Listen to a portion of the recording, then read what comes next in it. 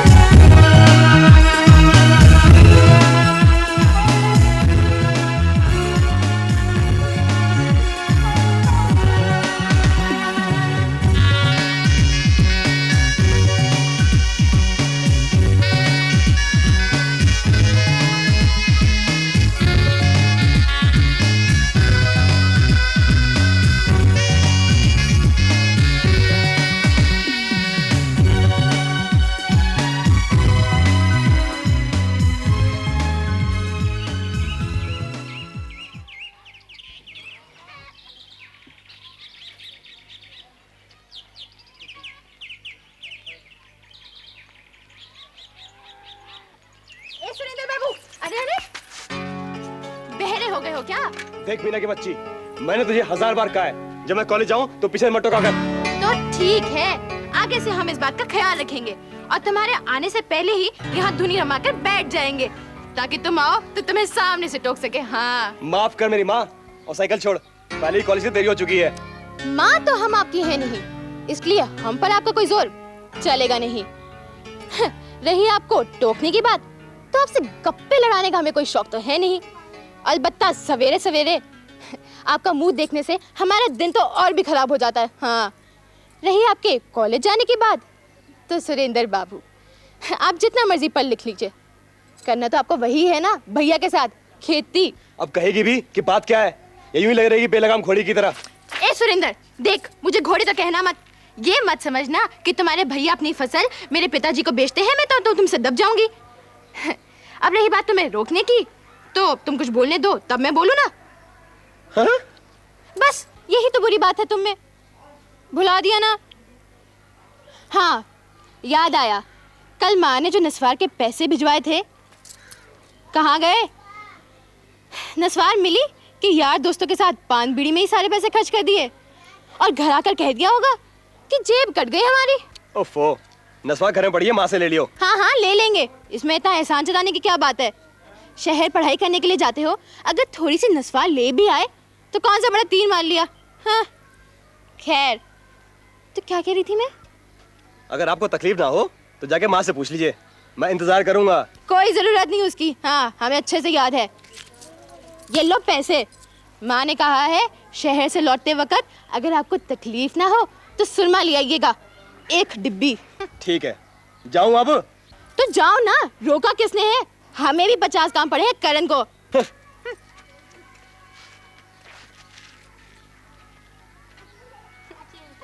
अब क्या करूं? अबे और रामू के बच्चे, कल तूने हमारे खेत से गन्ना क्यों तोड़ा था? भागते। अरे माँ तू भी कमाल करती है, ये सुरेंद्र को छोटा बच्चा है जो कहीं मेले में गुम हो जाएगा या फिर उसे उठा के ले जाएगा। हाँ? फिर भी इतनी दूर आता जाता है, मेरा तो दिल धड़कता है उसके लिए। पता है शहर में कितनी मोटर गाड़ियां चलती हैं? हाँ माँ, सारी मोटर गाड़ियों की दुश्मनी है ना हमारे सुरेंद्र से, जो उसे देखते ही उसके पीछे हो लेंगी। क्यों नहीं, उसे और ज्यादा पढ़ाने की क्या जरूरत है? आखिर संभालनी तो उसे घर की खेती बाड़ी ही है ना। माँ, वक्त की मार ने मुझे तो ज्यादा पढ़ने नहीं दिया। अब अगर सुरेंद्र पढ़ना चाहता है ना तो मैं उसे रोकूंगा नहीं, बल्कि अगर हो सका तो मैं उसके लिए शहर में ही किसी हॉस्टल की व्यवस्था कर दूंगा, ताकि उसका जो ये रोज 15-20 किलोमीटर आना जाना है ना वो भी बच जाए। हाय राम, फिर तो वो रात को भी नहीं आएगा। अरे माँ देख, तूने कितनी तकलीफें उठाकर हमें बड़ा किया है, और अगर आज हम इस काबिल हैं तो हमें सुरेंद्र को आगे पढ़ाना चाहिए, क्योंकि इल्म की दौलत से बड़ी कोई दौलत नहीं है। और रही काम धंधे की बात ना, तो कल भी उसे करना है और 2 साल के बाद भी उसे करना है। काम धंधा कहीं भागा थोड़ा जा रहा है माँ। हाँ हाँ पता है, तुम दोनों भाइयों को जो करना है करके ही मानोगे, मेरी थोड़ी सुनोगे। अरे माँ, तेरी सुने बगैर हम जाएंगे कहाँ? तेरे सिवा हमारा कोई है दुनिया में? हाँ? रहने दे रहने दे, मेरी इतनी चिंता होती ना तो इस उम्र में मुझे यूं ना कटवाता। अरे माँ, तुझे किस चीज की कमी? तू चाहे तो 4-4 नौकर रख सकती है, पर तू हमारी सुने तब ना। मुझे नौकर नहीं बहू चाहिए। हाँ, तो इसमें क्या समस्या है? सुरेंद्र की पढ़ाई पूरी हो लेने दे, उसके बाद तेरी ये ख्वाहिश भी पूरी हो जाएगी। क्यों? मैं सुरेंद्र की नहीं, तेरी बात कर रही हूँ। अरे माँ, तू भी बस। मोहन बाबू, मोहन बाबू, मोहन बाबू घर पर ही हो क्या? अरे लाला जी, इसमें चल माँ, तेरे से मैं बाद में बात करता हूँ, अभी आया। हाँ? हे भगवान, अपनी कृपा का साया मेरे बच्चों के सर पर बनाए रखना। बधाई हो मोहन बाबू, गांव में डॉक्टर आ रही है। डॉक्टर आ रही है गांव में? हाँ। क्या बात कर रहे हैं आप लाला जी? अरे मैं कोई मजाक नहीं कर रहा हूं। ये देखिए, ये चिट्ठी आई है दिल्ली से लाला संसार चंद जी की। ये लाला संसार चंद जी? अरे लाला संसार चंद जी बहुत बड़े आड़ती हैं। हाँ, हाँ, हाँ। अपनी थोड़ी जान पहचान है उनसे, कभी कभी माल बेच देते हैं। उनकी एक बेटी है, क्या नाम है, हाँ कनक, उसने इसी साल डॉक्टरी पास की है। अब उसकी जिद है कि वो शहर में नहीं बल्कि गांव में रहकर प्रैक्टिस करेगी। चलिए, वो तो अच्छी बात है लाला जी, लेकिन शायद उन्हें गांव की दिक्कतों का आभास नहीं है। वो सब हमें नहीं पता, लेकिन लाला संसार चंद जी ने लिखा है कि ये उनकी बेटी की जिद है। अब गांव और गांव वालों के नाम पर तो हम ही उनके सबसे ज्यादा करीब हैं। सो वो अपनी बेटी को लेकर आ रहे हैं। कब आ रहे हैं? परसों। चलिए, बड़ी खुशी की बात है।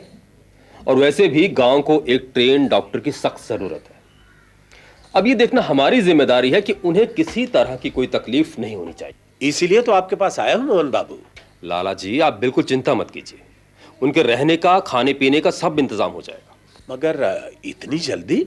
हाँ, फिलहाल तो परसों हम उन्हें अपने ही घर ले आएंगे। आपने तो मुझे बहुत बड़ी चिंता से उबार लिया। अरे नहीं लाला जी, ये आज आपकी लाडली दिखाई नहीं दे रही है। कौन? मीना जी? अरे जाना कहाँ है, होगी यहीं कहीं। हेलो, आ गई। हम यहाँ हैं। अरे तू यहाँ क्या कर रही है? हाँ? हम छुप छुप कर आपकी बातें सुन रहे थे और देख रहे थे कि कहीं पिताजी से आप हमारी शिकायत तो नहीं कर रहे। लाला जी, लगता है मीना बड़ी हो गई। अब तो आप जल्दी से इसके हाथ पीले कर दीजिए। अरे जाइए जाइए मोहन बाबू, हमें नहीं करवाने अपने हाथ नीले पीले। हाँ, ठहर जा बेटी, शहर से डॉक्टर नहीं आ रही है तेरा इलाज करने के लिए।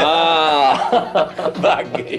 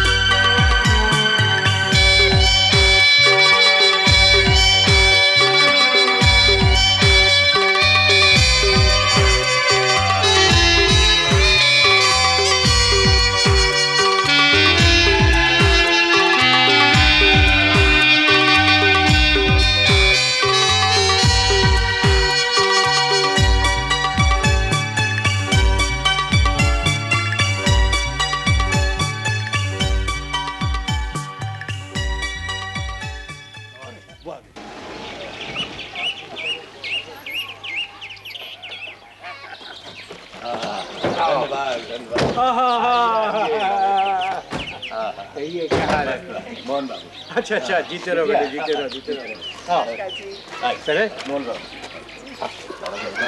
हाँ अच्छा।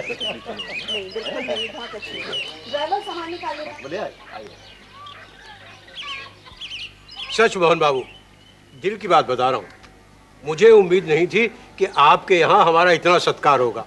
क्यों शर्मिंदा करते हैं? सच कहती हूँ बहन जी, जब दिल्ली से चली थी तो मन पे बड़ा भारी बोझ था कि इतनी जवान जहान लड़की को कहाँ और किसके भरोसे छोड़ूंगी।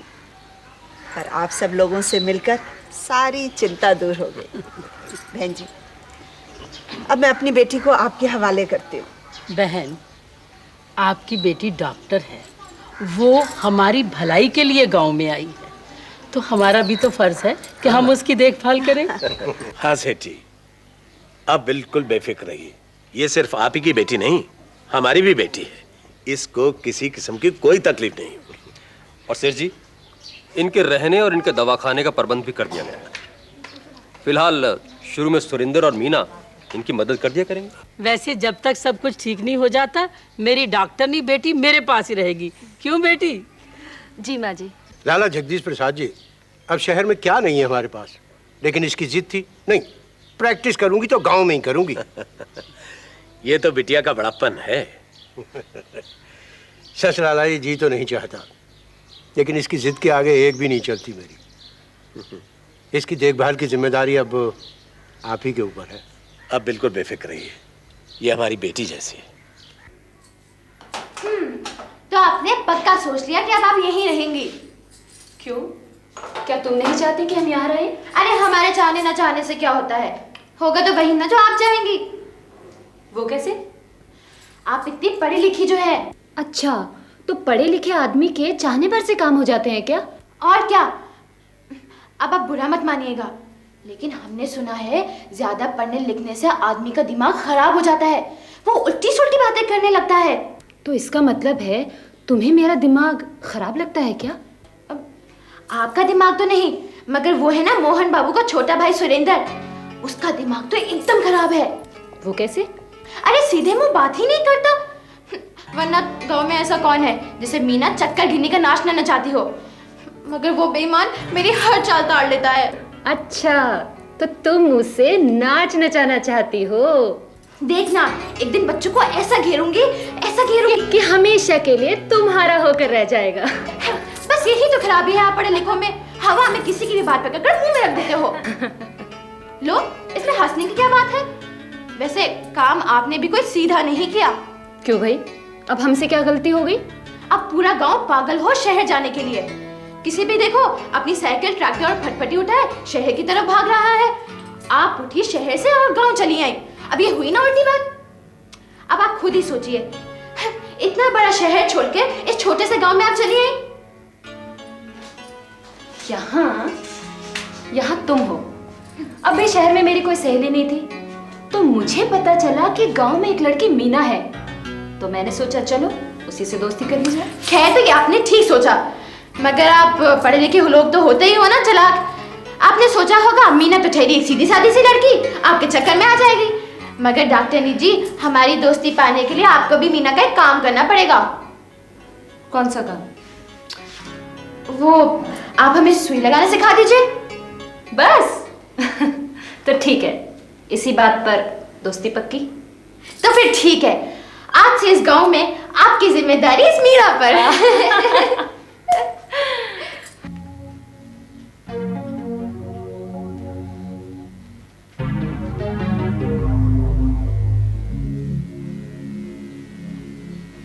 पता नहीं कैसी होगी मेरी बच्ची, खाना वाना भी खाया होगा कि नहीं। तुम औरतों के पाखंड मेरी समझ में नहीं आते। पहले पीछे पड़ी थी, भेज दो इसे, भेज दो इसे, अब भेज दिया तो बैठ करके रो रही है, उसे वापस ले आओ, उसे वापस ले आओ। मैं तो बेवकूफ बन गया ना तुम औरतों के चक्कर में। हाय हाय, आप भी कमाल करते हो जी, 2 मिनट चैन से बैठकर बेटी को याद भी नहीं करने देते। पता नहीं कैसे बाप हो जी तुम।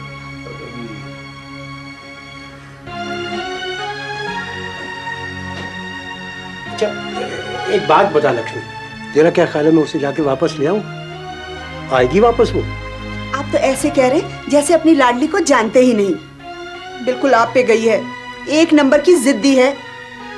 अगर कहने भर से वो वापस आ जाने वाली होती तो फिर जाती ही क्यों? ये तो शुक्र करो कि वहां एक भले मानसों का घर मिल गया। कम से कम ये तो तसल्ली है कि वहां उसकी देखभाल करने वाला है कोई। तेरा क्या ख्याल है, वो पक्का वहां रह जाएगी? आपको शक है क्या? आपकी लाडली शहर में पढ़ी लिखी जरूर है, पर है बड़ी अनोखी। उसे शहर की जरा भी हवा नहीं लगी। क्या सोचने लगे? अच्छा एक बात बता, ये मोहन कैसा लड़का है? अच्छा है, अपनी मेहनत से खूब पैसा कमाया है, और सबसे बड़ी बात तो ये है कि दिल का बड़ा साफ है। लक्ष्मी, अब मैं भी सोच रहा हूँ कि जब हमारी कनक वहाँ रह ही रही है तो क्यों ना हम भी वहाँ थोड़ी सी जमीनें खरीद लें। ये देखो, मोहन ने भी तो इतनी तरक्की जमीनों के जरिए ही की है ना। बात तो आपकी ठीक है, मगर यहाँ आपका इतना सारा कारोबार फैला हुआ है, वहां की जमीनों की देखभाल कौन करेगा? मोहन। अरे भाई, अब हमारी कनक है ना वहां गांव में, तो उसके जरिए हमारा आना जाना वहां बना ही रहेगा। और लक्ष्मी, अभी वहां गांव में कौड़ियों के मोल है जमीनें, अभी खरीद लेंगे ना तो बहुत मुनाफा होगा। पर मोहन मानेगा जी? अरे मानेगा कैसे नहीं, संसार चंद की बात टली है आज तक कभी? पर ध्यान रहे जी, हमारी बेटी है उस गांव में। अरे तुम फिक्र मत करो, बस तुम मेरे गांव जाने की तैयारी करो बस। जी। वो देखिए, जहां तक नजर जाती है ना वहां तक हमारे ही खेत हैं। सुरेंद्र, गांव वाले बताते हैं जब तुम्हारे भैया यहाँ आए तो यहाँ कुछ भी नहीं था। जंगल था कनक जी, जंगल। आज जितनी भी खुशहाली इस गांव में दिखाई देती है ना, उस सबके पीछे भैया की ही मेहनत है। गांव वाले तो भैया को देवता मानते हैं, देवता। अच्छा, और तो? मेरे लिए तो वो सब कुछ ही है। जब मैं छोटा था ना, पिताजी गुजर गए, दिमाग में हल्की सी झलक भी नहीं है और सर पे पिता का साया भी नहीं है, लेकिन इस बात का भैया ने आज तक महसूस नहीं होने दिया। अच्छा सुरेंद्र, तुम खेतीबाड़ी में अपने भैया की मदद क्यों नहीं करते? करता हूँ, जितना हो सकता है उतना करता हूँ, लेकिन भैया कहते हैं पहला मेरा जरूरी काम है पढ़ाई लिखाई करना, सो मैं कर रहा हूँ। डॉक्टरनी जी, डॉक्टरनी जी, डॉक्टरनी जी, डॉक्टरनी जी। हाँ बोलो, क्या बात है? बेलापुर में मंगल के बेटे की बहुत तबीयत खराब है। ये बेलापुर कहाँ है और ये मंगल कौन है? बेलापुर करीब यहाँ से 1 मील पर है और मंगल हमारे खेतों में मजदूर है। तो क्या मंगल अपने बेटे को दवाखाने तक नहीं ला सकता? जी आपको उधर ही बुलाया। वो तो ठीक है, मगर हम जाएंगे कैसे? मैं गाड़ी लेकर आया हूँ, आपके दवाखाने पे खड़ी है। अच्छा तो ठीक है, मैं भी आपके साथ चलता हूँ। नहीं सुरेंद्र, ये तुम्हारा काम नहीं है। और फिर तुम कहाँ कहाँ तक मेरे साथ चलोगे? मेरे साथ ये है ना, क्या नाम है आपका? जी राम सूरत। अच्छा तो ठीक है, हम चलते हैं, चलिए। कमाल है कनक जी आपका भी, 2 ही दिन में पूरे गांव को अपना बना लिया। ए सुरेंद्र बाबू, क्या है? आय हाय हाय हाय, मुझको तो देखो कैसे खाने को पड़ रहे हो। उस डॉक्टरनी से तो बड़ी घुट घुट कर बातें हो रही थी। तो तेरे पेट में क्यों आग लग रही है? अरे आग लगे हमारे दुश्मनों के पेट में। हम तो तुम्हें अपना समझते हैं, इसलिए समझा रहे हैं। ये शहर वालियां होती हैं ना, किसी की सगी नहीं होती। 2-4 अंग्रेजी की गिटपिट बातें की और फंसा लिया किसी भी मर्द को अपने जाल में। अब अगर एक बात और बोले ना तो दूंगा अगर रख के। तुम मुझ पर हाथ उठाओगे उस शहर वाली के लिए? तुझसे तो बात करना, दीवार में सर फोड़ना है। माँ बाप को बोलकर आई है कि गांव जा रही हूँ मरीजों का इलाज करने। यहाँ पे आके चक्कर चल रहा है। मैंने भी अगर इसका दूसरा ही चक्कर ना चला दिया ना तो मेरा नाम भी मीना नहीं।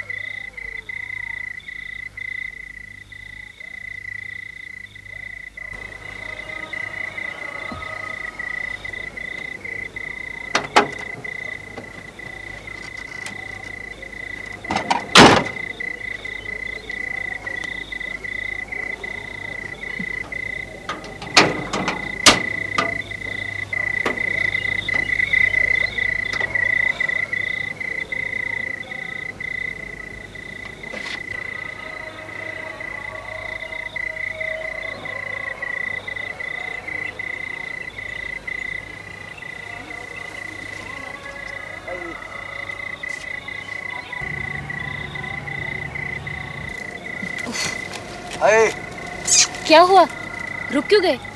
सामने मोहन बाबू की गाड़ी खड़ी है। मोहन बाबू की गाड़ी?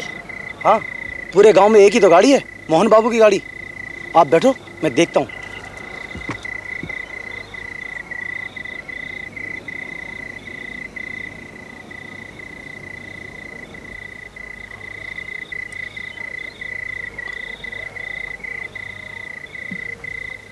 राम राम मोहन बाबू।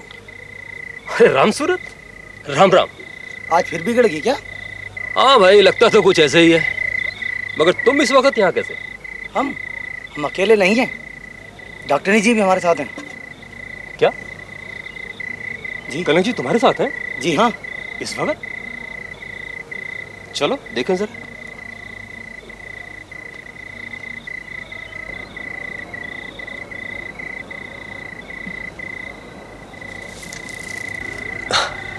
कनक जी आप? वो मंगल के बेटे की तबीयत खराब थी, उसे देखने गई थी। अब कैसा है? चिंता की कोई बात नहीं। लगता है गाड़ी खराब हो गई है आपकी। जी। आप भी हमारे साथ चलिए ना मोहन बाबू, गाड़ी सुबह मंगवा लीजिएगा। लगता है अब तो यही करना पड़ेगा। मैं अभी गाड़ी बंद करके आता हूँ। ठीक है।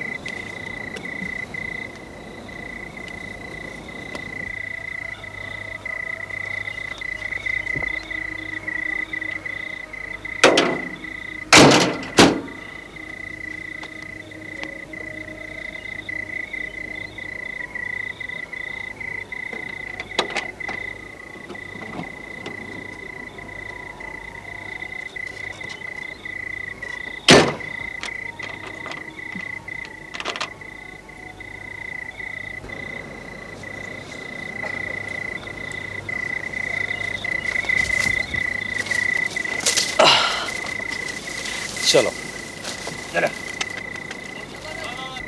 कुछ बोलिए ना, आप इतने खामोश क्यों बैठे हैं? क्या बोलूं? डर लगता है आपसे। डर? जी। अब हम तो ठहरे ठेठ देहाती आदमी, आप शहर की पढ़ी लिखी, नए ख्यालात की। अब पता नहीं आपको हमारी कौन सी बात बुरी लग जाए और आप नाराज हो जाए। हमारी नाराजगी से इतना डरते हैं आप? कनक जी, आप हमारी सख्त जरूरत है। और आप इस गांव में आई, हम लोगों के दुख दर्द में शामिल हुई। अब ये देखना हमारा काम है कि आपको किसी भी तरह की कोई तकलीफ नहीं होनी चाहिए। गांव वाले बहुत मानते हैं आपको, बहुत इज्जत करते हैं आपकी। कहते हैं कि आपने इस गांव के लिए बहुत कुछ किया है। मैं करने वाला कौन होता हूँ? मैंने तो जो कुछ भी किया है अपने लिए किया है। कनक जी, ये आदमी बहुत स्वार्थी होता है।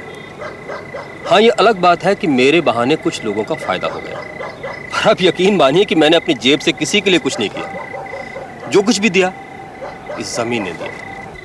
वाकई मैं आपसे मिलकर बहुत प्रभावित हुई हूँ। शुरू में मेरे दिल में थोड़ा डर था। अनजान जगह है, अनजान लोग, लेकिन आप लोगों से मिलकर सारा डर जाता रहा। ये आप नहीं, आपका बड़प्पन बोल रहा है कनक जी। एक बात कहूँ मोहन बाबू? जी। आप मुझे सिर्फ कनक कहिए।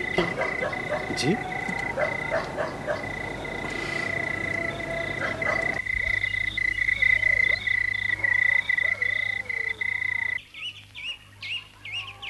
वैसे तो जी ये आप ही का अपना घर है, जब चाहे आए, पर अचानक इस तरह बिना खबर दिए। वो क्या है बहन जी कि कनक को देखने का बहुत मन हुआ, तो बस रहा नहीं गया। औलाद का मुंह होता ही ऐसा है बहन। मैंने सुरिंदर को भेजा है, बस आती ही होगी मेरी डॉक्टरनी बेटी। वैसे कनक का मन तो लग गया है ना यहाँ? ये भली कही भाई साहब, बल्कि उसने हम सबका मन लगा दिया है। अरे माँ जी, आप? बिटिया कैसी है तू? अच्छी हूँ। हो लिया माँ बेटी का मिलन? ऐसा कर कनक, तू इन्हें यही गांव में रख ले, वरना ये मुझे दिल्ली में नहीं रहने देंगे। ओहो पिताजी, आप तो यूं ही माँ को तंग करते रहते हैं। अरे बिटिया, मैं तो रह भी जाती अगर मुझे इनकी चिंता ना होती तो। हाँ अच्छा ठीक है, अब तुम औरतें अंदर बैठ के आराम से बातें करो, तब तक हम मर्द लोग भी कुछ काम की बातें कर लें। ठीक है हम जाते हैं। चलो। हाँ मोहन बाबू, तशरीफ रखिए। बैठो बैठो। देखो मोहन बाबू, हम यहाँ कुछ जरूरी काम से आए हैं। आप हुक्म कीजिए सेठ जी, ऐसी क्या बात है? दरअसल हम ना कुछ यहाँ जमीनें खरीदना चाहते हैं। जमीनें?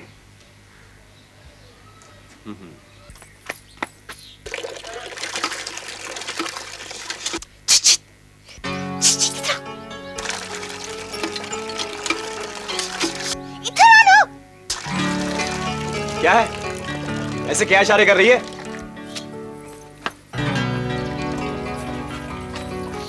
ऐसे क्या इशारे कर रही है? चुप रहना। ये बता, ये लोग क्यों आए हैं? कौन लोग? तुम एकदम बुद्धू है। ये डॉक्टरनी के घर वाले। अरे मुझे क्या पता क्यों आए हैं भाई? उनकी मर्जी है, जब आए तब जाए। तुझे क्या मतलब है?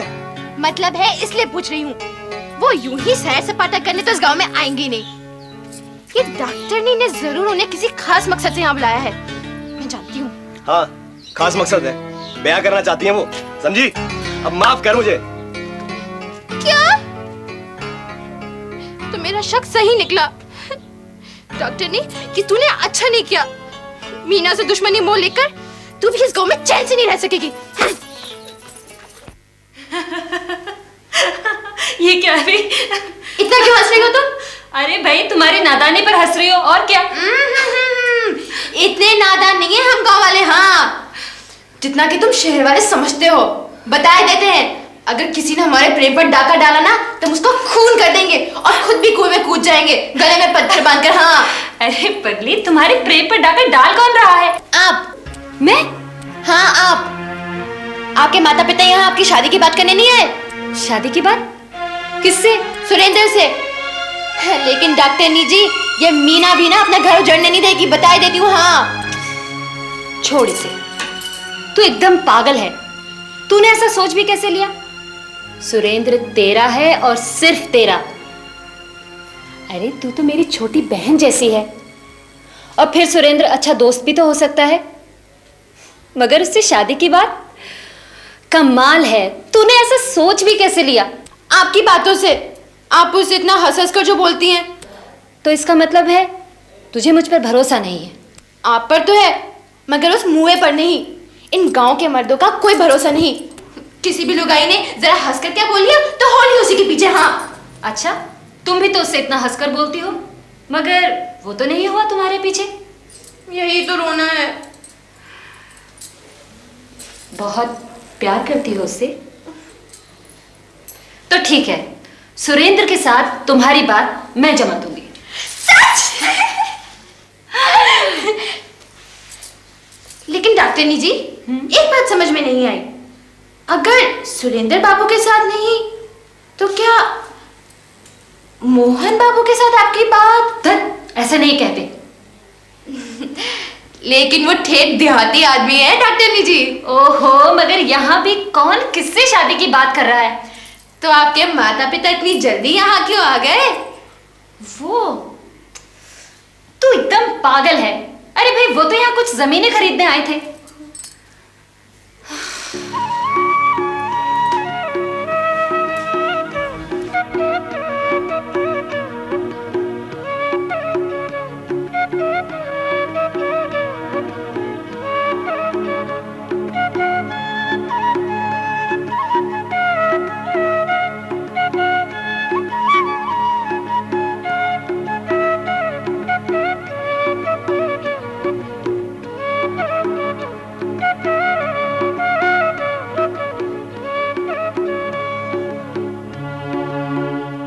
अब तो आप खुश हैं ना?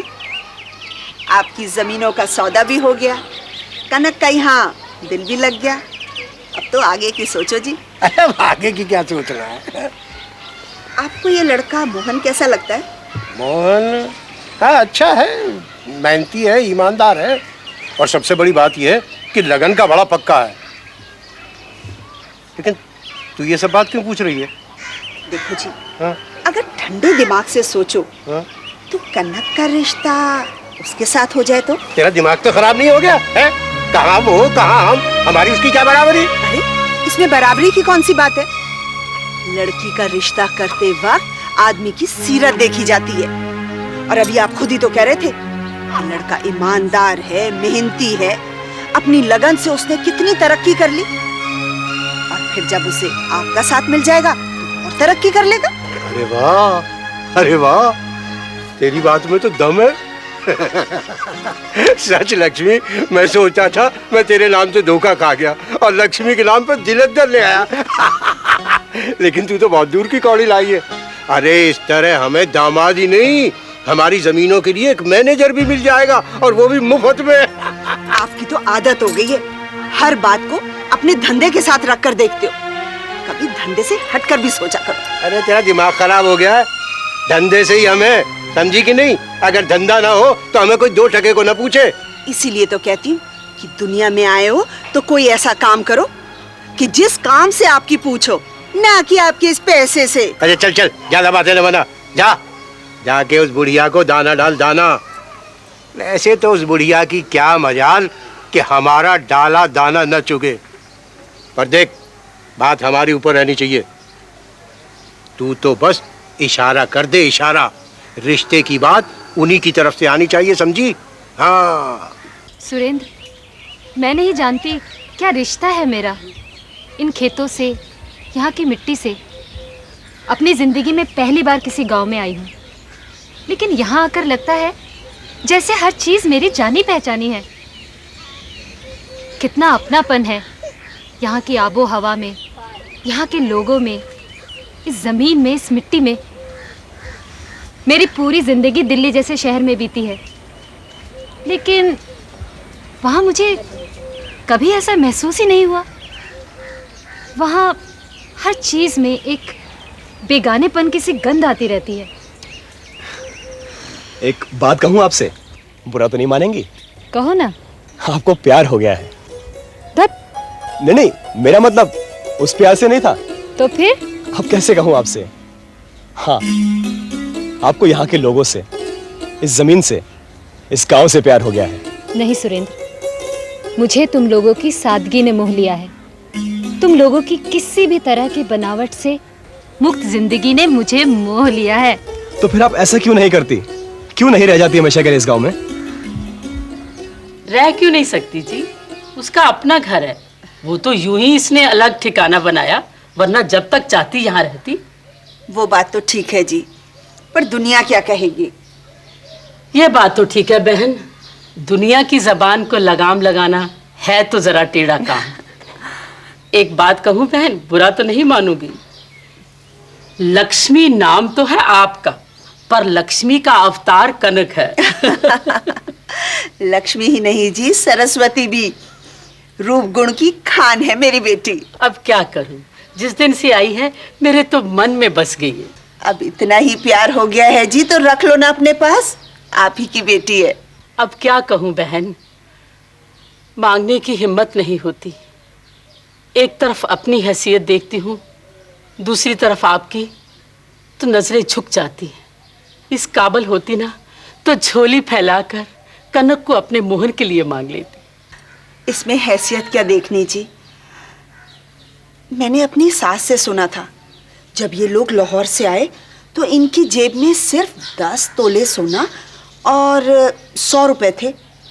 उसी सोने को बेचकर इन्होंने व्यापार करना शुरू किया, और रब की कृपा से आज सोने तक का व्यापार कर लेते हैं जी।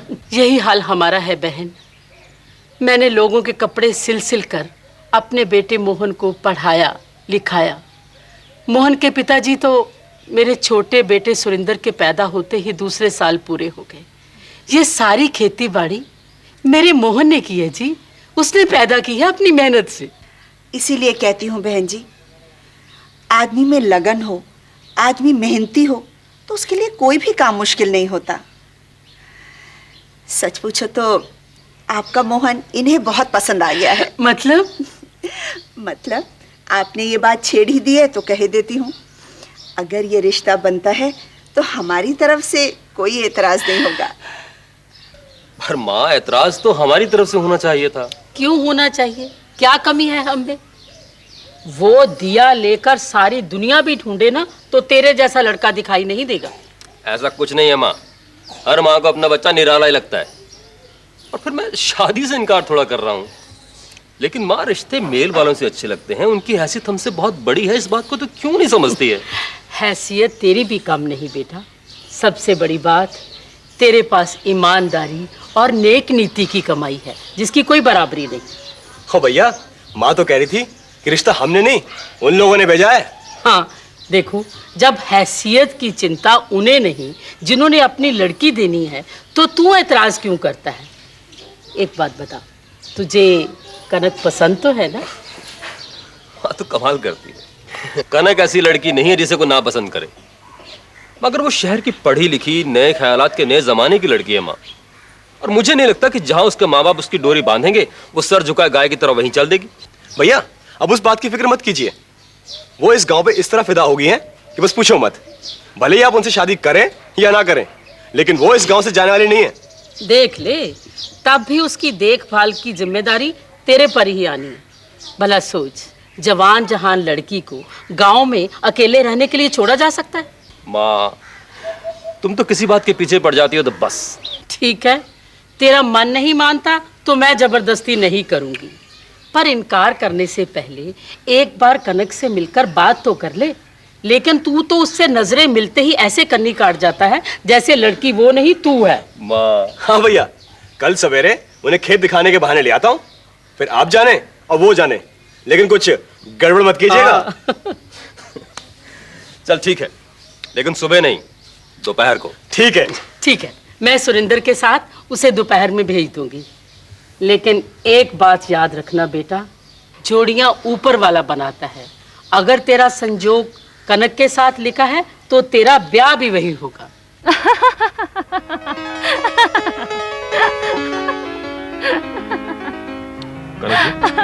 क्या?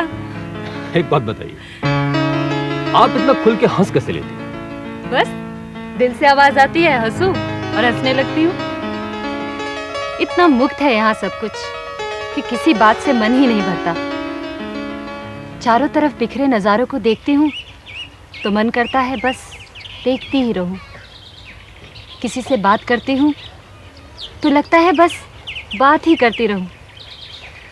इसी तरह जब हंसती हूँ तो लगता है खूब हंसूं, क्योंकि जब हंसती हूँ तो लगता है ये सारी फिजाएं मेरे साथ हंस रही हैं।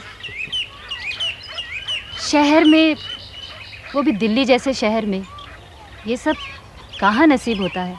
कनक जी, बहुत पसंद आ गया आपको ये गाँव? बहुत। किस चीज़ की कमी है आप लोगों को यहाँ पर? ये खुला आकाश, ये प्रकृति, ये मेहनत कश इंसान, मदद के लिए हमेशा तैयार हर आदमी, हर चीज़ सहज सुलभ है। और शहरों में क्या है? सिर्फ पैसा और कुछ भी नहीं। जो चीज़ पैसे से खरीदी जाती है वही मिलती है, बस। उससे आगे कोई संबंध, कोई भावना, कोई रिश्ता नहीं।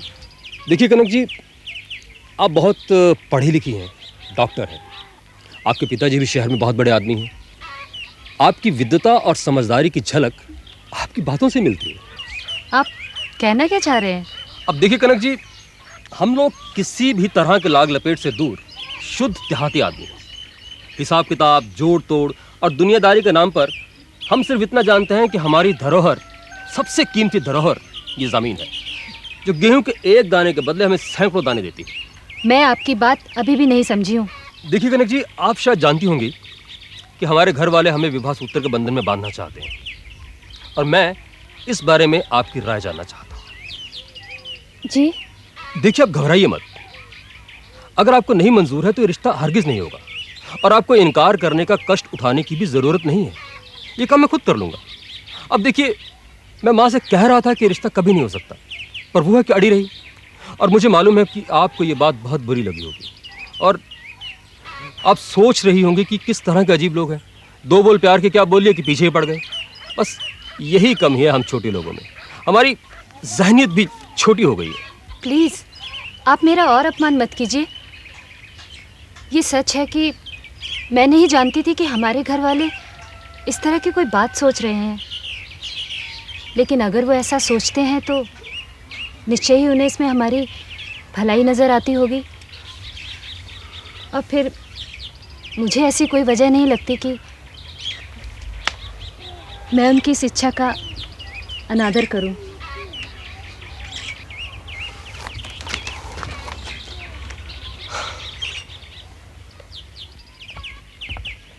भैया, ओ भैया, भाभी मान गई। शैतान, तू यहीं छिपा हुआ था? बदमाश नहीं। भाई मान गई भैया, भाई मान गई। ये सब तेरी वजह से हुआ है।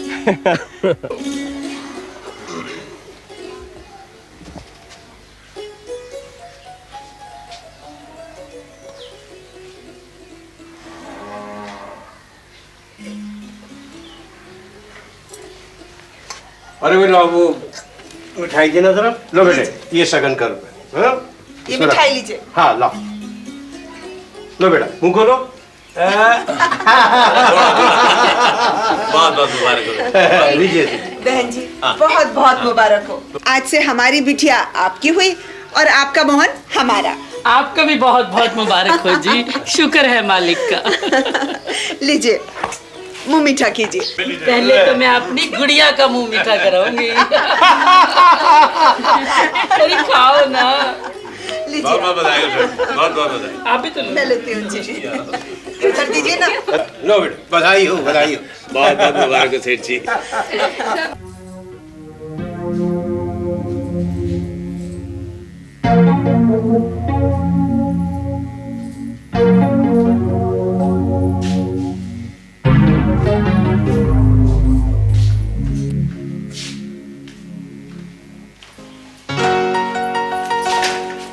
बड़ी देर कर दी आते आते।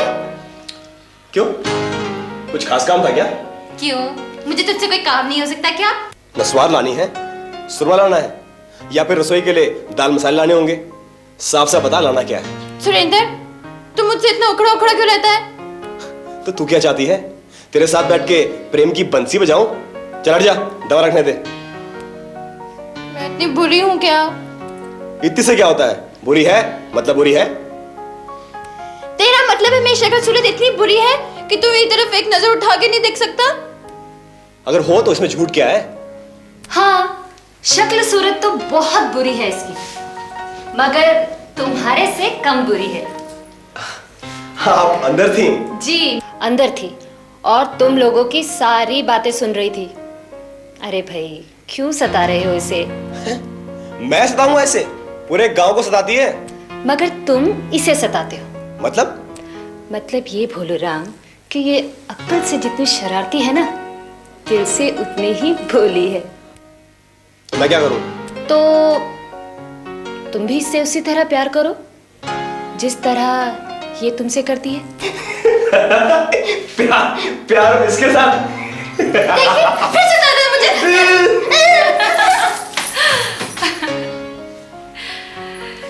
ईश्वर करे तुम्हारे प्यार का ये भोलापन हमेशा बना रहे। अच्छा हुआ गोवर्धन तुम आ गए। देखो मोहन को मैंने समझा दिया है, तुम्हें उस पर नजर रखनी होगी। हाँ, हालांकि कनक का रिश्ता उससे हो चुका है, लेकिन आदमी की नीयत बदलते कितनी देर लगती है। तुम्हें उस पर नजर रखनी है और होशियारी से, समझे? आप बेफिक्र रहिए सेठ जी, मैंने आपका नमक खाया है। अपने जीते जी आपके यकीन का खून नहीं होने दूंगा सेठ जी, खून नहीं होने दूंगा।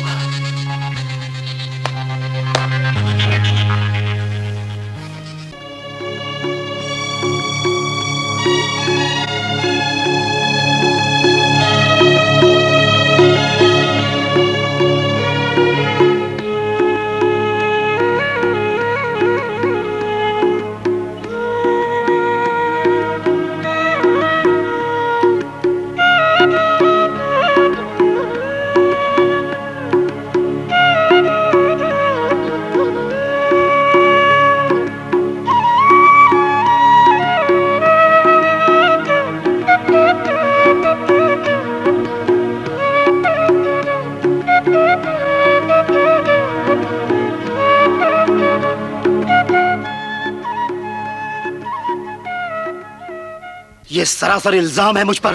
मुझे बदनाम करने और सेठ जी की नजरों से गिराने के लिए आपने साजिश की है। साजिश? हाँ, साजिश तो तुमने की है मेरे खिलाफ, सेठ जी के खिलाफ। तुमने उनके विश्वास को धोखा दिया, उनसे विश्वासघात किया। हाँ? तो यहाँ कौन दूध का धुला है मोहन बाबू? और फिर सेठ संसार चंद ने ये जो दौलत कमाई है वो क्या ईमानदारी से कमाई है? नहीं मोहन बाबू, यहाँ जहाँ से सैकड़ों ट्रक फसलों के शहर जाते हैं, अगर एक आध ट्रक फालतू चला गया तो सेठ जी को कोई फर्क नहीं पड़ेगा। हाँ मोहन बाबू, लेकिन हमारा और आपका फायदा जरूर हो जाएगा। कहना क्या चाहते हो तुम? यही मोहन बाबू कि हम तो मिल बांट कर खाने वाले इंसान हैं। अब जब आपको सब कुछ पता चली गया है तो आप सिर्फ अपनी जुबान बंद रखिए, आपको आपका हिस्सा मिल जाएगा। गोवर्धन! चीखिए मत मोहन बाबू। मैं मानता हूं कि आपकी मेहनत और ईमानदारी की इस इलाके में बड़ी धाक है, लेकिन मोहन बाबू, मछली आप भी उसी तालाब की हैं जिसमें हम तैरते हैं। फर्क सिर्फ इतना है कि आप मछली नहीं हैं, मगरमच्छ हैं, मगरमच्छ। बदतमीज! सुरेंद्र! छोड़िए मोहन बाबू, बच्चा है बेचारा, इसलिए खून उबाल खा गया। सुरेंद्र, तुम एक काम करो, जाओ और पुलिस को बुला कर लाओ। ठहरिए मोहन बाबू, ठहरिए। पुलिस इसमें क्या करेगी मोहन बाबू? और फिर सेठ संसार चंद की लड़की को अपनी मोहब्बत के जाल में फंसाकर ये सारी दौलत अकेले हड़प कर जाने की प्लानिंग जो आपने अपने दिल में कर रखी है, मैं उसे हरगिज पूरा नहीं होने दूंगा मोहन बाबू। इसीलिए कहता हूं मोहन बाबू कि मेरी बात मानिए और वही कीजिए जो मैं कहता हूं। हम ये सारी दौलत आपस में आधी आधी बांट लेंगे। कमीने! मोहन बाबू, ये छापड़ आपको बहुत महंगा पड़ेगा। मेरी बात तो सुनिए सेठ जी, मेरी बात तो सुनिए, मुझे सफाई का एक मौका तो दीजिए सेठ जी। नमक हराम, तुझ पे भरोसा करके मैंने अपनी सारी जमीन जायदाद, अपने बाग तेरे हवाले किए और तूने मेरे भरोसे का ये सिला दिया। मैं तो आपका गुलाम हूँ सेठ जी, मैंने आपका नमक खाया है, मैं आपके साथ कभी नमक हरामी नहीं कर सकता सेठ जी। आप चाहें तो मेरी चमड़ी की जूतियां बनाकर पहन ले सेठ जी, लेकिन लेकिन लेकिन पहले मेरी बात सुन ले। सुनने को अब रह ही क्या गया है? मैं मानता हूँ सेठ जी, मैं मानता हूँ आपके भरोसे का खून हुआ है, लेकिन ये खून मैंने नहीं किया सेठ जी। मेरा यकीन जानिए, अगर ये काम मेरा होता तो क्या मैं खुद चलकर आपके पास आता सेठ जी? तू कहना क्या चाहता है नमक हराम? यही सेठ जी कि मैं तो आपका नौकर हूँ, यहाँ आपकी चाकरी करता हूँ और वहाँ उसकी जिसकी आप करने के लिए कहते हैं। तेरा मतलब है ये काम मोहन ने किया है? मेरी तो सारी उम्र आपकी चाकरी करते गुजरी है हुजूर, और जो थोड़ी बहुत बची है वो गुजर जाएगी। इसलिए अगर झूठ बोलूं तो जो सजा काले चोर की, सो सजा मेरी हुजूर। लेकिन उसे क्या जरूरत थी वो ऊंची हरकत करने की? आदत हुजूर, आदत। आपने उसे इतना मान सम्मान दिया, अपना सारा राजपाट उसके भरोसे छोड़कर चले आए, मगर हुजूर वो बदनसीब अपनी चोरी की आदत से बाज नहीं आया। आदत? हाँ हुजूर, आदत। और तो और हुजूर, वो तो मजदूरों को तनख्वाह तक नहीं देता। कभी कभार उन्हें खाना खिला देता है, कभी उनमें कपड़े बांट देता है, और कभी उन बेचारों के बर्तन में थोड़ा सा अनाज डाल देता है। वो बेचारे मजदूर तो बस इसी में खुश हो जाते हैं। अच्छा, तो क्या मजदूरी भी नहीं देता? देता है हुजूर, देता है, लेकिन जितनी कागजों में दिखाता है उससे आधी से भी कम। एक बात तो बताइए हुजूर, ये माजी और बिटिया की बात तो समझ में आती है, लेकिन आप उसके झांसे में कैसे आ गए, ये बात समझ में नहीं आती। अरे मत मारी गई थी मेरी इन औरतों के चक्कर में। लेकिन नमक हराम, जब ये सब हो रहा था तो तू क्या कर रहा था? पहले तो बर्दाश्त करता रहा हुजूर, मोहन बाबू को अपना समझकर समझाया भी बहुत, मगर वो नहीं माने। और हुजूर आपको ये बात इसलिए नहीं बताई कि कहीं आप इस बात का कोई और मतलब ना निकाल ले। लेकिन हुजूर जब पानी सर से ऊपर से गुजर गया तो मैंने मोहन बाबू से कहा कि मैं ये बात आपको और पुलिस को बता दूंगा, लेकिन उन पर इस धमकी का भी कोई असर नहीं हुआ हुजूर। और जानते हैं हुजूर, इस वफादारी का मुझे क्या सिला मिला? मोहन बाबू ने उल्टा चोरी का इल्जाम मुझ पर ही लगा दिया हुजूर, मुझ पर ही लगा दिया। आपका ये गोवर्धन चोर बन गया हुजूर, चोर बन गया। मैं बेकसूर हूँ हुजूर, मैं बेकसूर हूँ हुजूर, मेरा कोई कसूर नहीं है।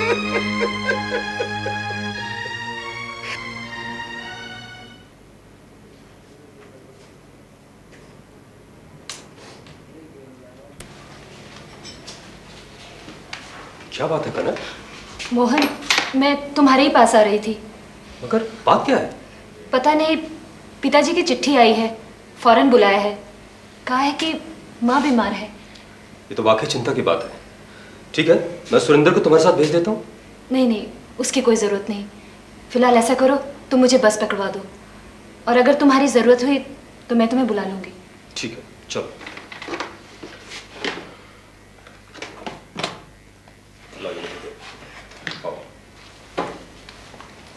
5 दिन हो गए कनक को गए, ना कोई अता ना पता। मैं कहती हूँ तू जाकर पता कर, वो लोग भी क्या सोचते होंगे, कैसे रिश्तेदार हैं। हाँ माँ, तुम ठीक कहती हो। मैं कल ही शहर हो गया था। मोहन बाबू। अरे मेरू भैया कैसे हो? मैं देखूं भैया? नहीं, मैं देखता हूँ।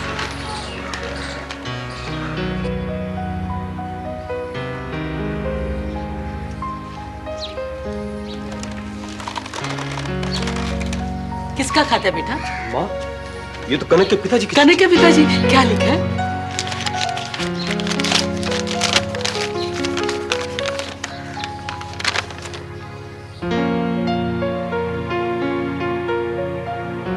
क्या लिखा है? माँ, लिखा है कि हम चोर हैं। उनकी जमीनों से 50,000 की चोरी की है हमने। और माँ, लिखा है कि इतने नाशुक्र आदमियों के साथ उन्होंने कोई संबंध नहीं रखा है और कनक का रिश्ता कहीं और कर रहे हैं। हे भगवान, ये क्या हो रहा है? यकीन नहीं होता कि कनक जी ऐसा भी कर सकती हैं। लेकिन सुरेंद्र, वो दिल की बहुत अच्छी हैं। उन्होंने भैया के साथ बहुत बुरा सलूक किया है। हालांकि भैया कुछ कहते नहीं हैं, लेकिन वो अंदर ही अंदर अपने अपमान से टूट गए हैं। लेकिन सुरेंद्र, तुम्हें वहां जाना चाहिए था, पता करना चाहिए था कि बात क्या है। चाहता तो मैं भी यही था, लेकिन भैया ने मना कर दिया। उन्होंने तो यहाँ तक कि सेठ जी को अपनी तरफ से 50,000 रुपए भेज दिए। हो ना हो, इस सब में उस गोवर्धन की चाल है। लेकिन सुरेंद्र, तुम्हें कनक जी से जरूर मिलना चाहिए। पता नहीं उन पर क्या बीत रही होगी वहाँ। हमें तो लगता है वो इस गांव में एक सपने की तरह आई और चली गई। एक बुरे सपने की तरह। नहीं सुरेंद्र। और ये तो क्या, अगर ऐसा ना होता तो कम से कम एक खत तो लिख देती।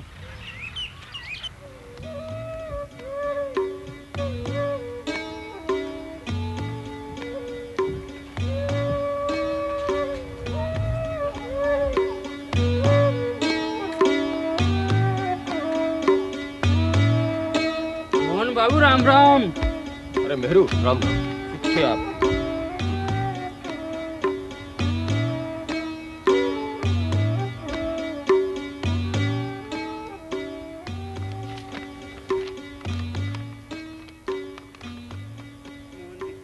मोहन बाबू नमस्कार। मेरा ये पत्र पाकर आपको आश्चर्य तो होगा, मगर आप तक संदेश भेजने और आपसे क्षमा मांगने का इसके अलावा मेरे पास कोई और चारा नहीं था। मैं जानती हूँ कि जो कुछ हुआ उसमें आपका कोई दोष नहीं, मगर बुजुर्गों का विरोध भी हम एक सीमा तक ही कर पाते हैं। और यकीन मानिए, मैं उसी सीमा पर खड़ी हूँ और यहाँ खड़े होकर मुझे निर्णय लेना है। पिता के बताए रास्ते पर चलकर अपनी ज़िंदगी स्वाह कर दूँ या अपने मुतालिक कोई फैसला खुद लूँ। दूसरा रास्ता मुझे अधिक सम्मानजनक और अपने ज़मीर को जिंदा रखने वाला लगता है। लेकिन मैं किसी पर बोझ नहीं बनना चाहती, लिहाजा पिताजी से प्रार्थना करूंगी कि वो गांव के जायदाद की देखभाल की जिम्मेदारी मुझे सौंप दे। उम्मीद है वो मान जाएंगे, वरना गांव में डॉक्टरी का काम तो है ही। जहां इससे एक और मेरे मन को शांति मिलेगी, वहीं शायद मैं अपने पिता के किए पाप का प्रायश्चित भी कर पाऊंगी। लेकिन फिर भी डरती हूँ, औरत हूँ ना, पता नहीं ये सब कर पाऊंगी या नहीं। मगर फिर भी एक भरोसे पर गांव आ रही हूँ कि वहाँ आप हैं। जहाँ कहीं मेरे रास्ते में अंधेरा होगा, मुझे उम्मीद है वहाँ आशा की किरण आपके ही माध्यम से फूटेगी। मैं आ रही हूँ।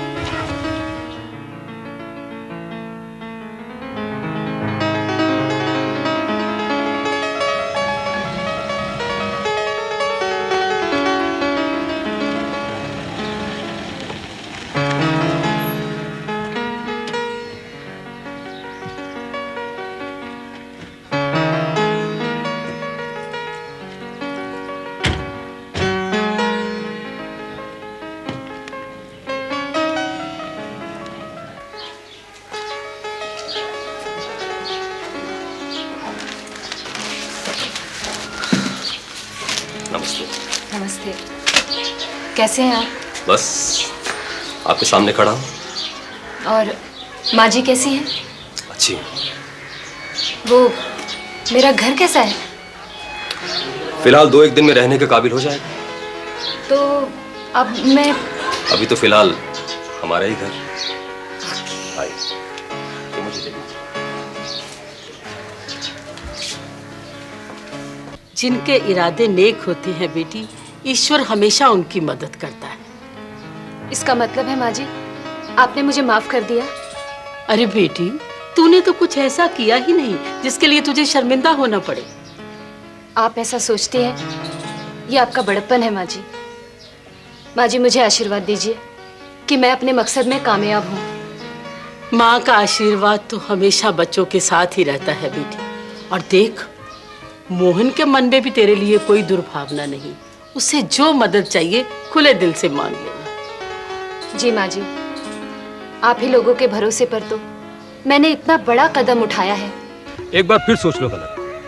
जमीन की बंदोबस्ती और उसकी देखभाल बहुत मुश्किल काम है। ये खेती बाड़ी कड़ी मेहनत मांगती है। अब तुम शहर में पली बड़ी हो, पढ़ी लिखी हो। अब मैं तुम्हारा हौसला नहीं गिराना चाहता, लेकिन मुझे शक है कि ये काम तुमसे हो पाएगा। मोहन, मैंने बहुत सोच समझकर ये निर्णय लिया है। मैं पिताजी को इन्हीं जमीनों में से सोना पैदा करके दिखा देना चाहती हूँ। मैं चाहती हूँ कि मेरी पढ़ाई लिखाई, मेरा पैसा, सब कुछ इन्हीं जमीनों के विकास में काम आए।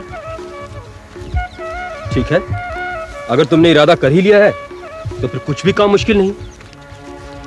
यहाँ की भूमि बहुत उपजाऊ है और मजदूर भी बहुत ही सस्ती दर पर मिल जाते हैं। बस जरूरत है तो कच्चे प्रबंध की। अगर वो तुम कर पाई तो ये जमीन तुम्हें किसी बड़े कारखाने से कम आमदनी नहीं देगी। हाँ मोहन, आम खेती बाड़ी के अलावा मैं कुछ अलग हटकर भी करना चाहती हूँ। अलग हटकर? मैं फूलों की खेती करना चाहती हूँ। शहरों में फूलों की बहुत मांग है और हम उस मांग को पूरा करेंगे। और अगर हो सका तो फूलों का एक्सपोर्ट भी करेंगे।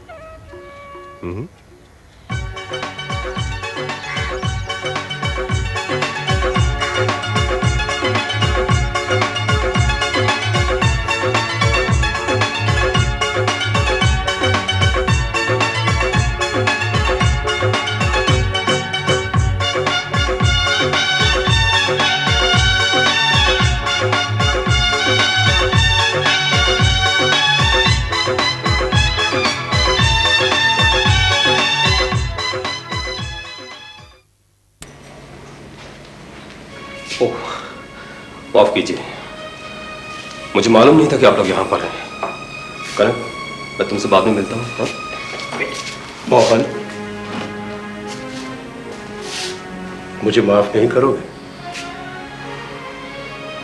देखो मोहन, मैंने सब भुला दिया और ये बात मैंने अच्छी तरह से समझ ली है कि जमीन की कमाई उसमें अपने हाथों से मेहनत करके अगर खाई जाए तो उसकी मिठास बढ़ जाती है। और मुझे खुशी है कि ये बात मुझसे पहले कनक ने समझी। मोहन, मुझे माफ कर दो, माफ कर दो।